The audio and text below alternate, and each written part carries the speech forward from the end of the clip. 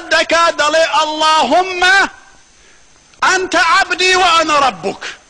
دلي اي خوايا تو عبدي مني من خوايتهم، يعني لكيف انا غلط دكا لجاتي بلي من عبدي توم وتو قوري مني وتو خواي مني زور سپاس وممنون غلط دكا. جا انجا پیغمبر فرمي او كابرايات چند كيف خوش دبي كاو خوارنكي خوي دبين توا خواي قوري لله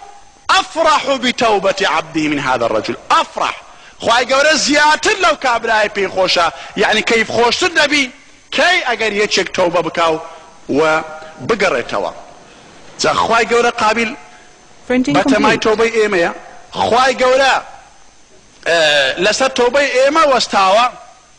ونيا خواي قوري خو محتاج توبة ايمانية بلام لقل اوش دا كإنساني مسلمان توبة اقدكا خواي قوري اون دي بي خوشا. زابرا گنزكان خوتان بكنا خوش شويستي خواه روجه چان گنزك هاتا خزمت پیغمبر صلى الله عليه وسلم گنزه چي چوارشانه سورو سپيو حال تساوي نشاطي لدباري وخيني لدباري هات الصحابة كانوا دانش تبون بدوري پیغمبر حاد قوتي يا رسول الله اذن بدا زنا بكم من نشاطي چي جنسي زور من الاشدايا ودمي زنا بكم ونيش مجن بينم. ليه الصحابة كان زود تعجب ما حتى عندي كان قلت يا رسول الله ليه ما انقري بعد تأديبي كين ايش فرموين خير راوستن ما رسول الله ما مستاي جيلة مربية دكتورة بو نخوشان آية دكتور لقصي نخوش ليه تورد بي آية ما مستاي لقصي طلبي خوي تورد بي نخير وك بشيوية تربوي بشيوية علمي واسلوبية قيادي علاجي او مسألة يكر بانجي كر زور بخوشي وفرموي ورداني شبران برم لي برسي فرموي اگر زنا لقل دايتشي تو بكري تو رازي دبي قلتي نخير اگر لقل خشكر بكري رازي دبي نخير لقل بلكر بكري رازي دبي نخير. تا پیغمبر صلى الله عليه وسلم زور بنرمي والامي دا فرموي جاتو چون قبول دكي لقل داكو خشي عالم بكي ليرا گنزكا هات سر خويو تيگيشت انزا توبه كدو فرمو يا رسول الله دعام بوبك كخواي قولة اول ظلم دربيني. انزا پیغمبر صلى الله عليه وسلم دستي لسر سنجي او قنز دانا ودعاي لوكت فرموي اللهم حصن فرجه وطهر قلبه واغفر ذنبه. خوايا داميني باك بكي ولا قناهي خوش به وضلي شي خاوين بكوا او نخوشي وناخوشاني تدان نمينيت. كوابو براني خوشويستم اي گنزكان ايوش اوا بقرين ورقي خوا بلكو خواي قولا كيفي بيبتوبي ايوا بو خوتان ناكنا خوشويستي خوا بو زانا پیغمبر صلى الله عليه وسلم دا فرمي الشاب التائب الى الله حبيب الله او گنزي كتوبتك دا قريت ولا اخوا او خوشويستي خوايا جا گنزكان بو خوتان دكنا خوشويستي شيطان كبتان بات جهنم بو خوتان ناكنا خوشويستي خوا بو نابنا حبيب الله اوي توبة ذكا ودقريتوا خوشويستي خوايا ان الله يحب التوابين ويحب المتطهرين خواي قورا خوشي دوي او كساني كتوبة ذكا اي باشا بو نابنا براي پیغمبر براي محمد المصطفى براي ابو القاسم الامين آية حستان ليه ببنا براي پیغمبر صلى الله عليه وسلم روجيك لاي صحابة كان دانشتبو فرموي زور حزم ليه براي كان ببينم وددت لو اني رأيت اخواني قالوا اولسنا اخوانك يا رسول الله.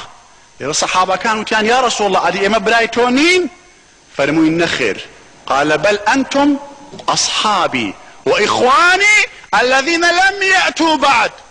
ايوه يا وري منن ايوه صحابي منن براكاني من اوانن كوا امتو قومي چي باش ايوان من يا نبيني او جالس الربازي من درون او جالس الربازي پیغمبر لسشنتي پیغمبرن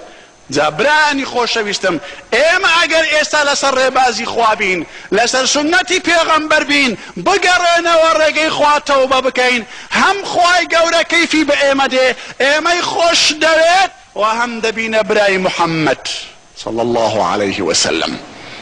جاء ئەوە دعوەیە و دعوا دەکرێت لە برایەتی شەیطان ورن بۆ برایەتی محەممەد المصطفى صلى الله عليه وسلم. چێ ئەوەی ناوێت ئەو دنیاە ئەندەی ناوێت ئەو دنیاە پێویست بەوە ناکا لە خوای دوورمان کاتەوە ئەو خۆشیە کەمەی دنیا وەد لێ نەکا عەزابی قیامەتت لەبیر باتەوە. ئیمامی عەلی کەڕەمە الله وەجهه بزانە چۆن وەصفی دنیا دەکا دەفەرمێ ئەوەلها عناء وآخرها فناء في حلالها حساب وفي حرامها عقاب. دەفەرمێ ئەو دنیاە بە چ کەیفن پێ خۆش بی ژیانەکە و بیدایەتەکە هەر هەمووی ماندووبوونە و غاردانە هەمووی خەم و خەفەتە ئاخیرەکەشی مردنە. ژیانەکە بە خۆی ماندی بوونە نەتیجەکەش مردنە. ئەو شتێکە بە حەلال وەدەست دەینی حسابی لەسەر ڕۆژی قیامەت یەک بە یەک حسابت لەسەر دەکرێت. ئەگەر بە حەرام وەدەست بینی عیقابی لەسەرە. جا کەیفی چت بەو دنیاە بێ غەیری ئەوەندە کە بیکەیە مەزرعەیەک بیکەیە پردێک کە پێیەوە بپەڕیە قیامەت و بپەڕیە ڕەزامەندی خوا. بۆیە بەعزێک لە پیاو چاکان لە صالحین دەفەرمون اعمل لدنياك بقدر مقامك فيها واعمل لآخرتك بقدر بقائك فيها واعمل لله بقدر حاجتك إليه واعمل للنار بقدر صبرك عليها. الله تنقسيكي جوانا تماشاك او بياو تاكانك تيجي يشتبون لدنيا دفرمون تو بقد اوان دا خود لبو دنيا ماندي بكا بقدر اوان دا كتي دمينيوا اگر زور دمينيوا زور خود مانديك اگر كم دمينيوا كم خود مانديك ولو قيامتش لبو آخرتت اوان دا خود مانديك بقدر اوان دا كلوه دمينيوا اگر لوه زور دمينيوا لآخرت او زور خوتی لو ماندیکا اگر کم دمینی و کمی لو ماندیکا معلوم آخرتش ابدیه دنیا مؤقته. زاده فرمون لبو خواش اوانده ماندی با اتو چند احتیاجت بخوای هیا اوانده لو خوای ماندی با بقصیب که اگر کم احتیاجت بخوای هیا او قیناک تو کم بقصی خواه بکه زور بقصی شیطان بکه اگر زور احتیاجت بخوای هیا زور عیب و شوریه امری خوازی بجه نکن. وهروها ذخيري آقر قناه بأخلاقي سفوري بقد اوان دا بكن حتى تواناي آقرتان هيا سن تحملي آقرتان هيا اوان دا قناهان بكن اگر زور تحملي آقرت هيا ما نعني زور قناهان لو خود غربكوا اگر بشتري بزاني دا خود تحملي آقرت هيا يانا هر روجك لروجان لمالوا برو مطبخ و یان هیتەرە چی پێکە یان تەباغێکی پێکە یەک پەنجە لەسەر پەنجەکانت لەسەر ئاگرەکە دابنێ یەک پەنجەی خۆت لەسەر ئاگر دابنێ بزانە ئایا دەتوانی ڕای بگری یان نە. ئەگەر تۆ پەنجەیەکی خۆت نەتوانی لەسەر ئەو ئاگرە گچکەیە دابنێ چۆن دەتوانی ئەو لەشەی خۆت لە ئاگری جەهەنەم ڕزگار بکەی و تەحەمبول بکەی. جا بۆیە برای خۆم بەقەدەر تەحەمولی ئاگری جەهەنەمیش گوناهان بکەن. جا بۆیە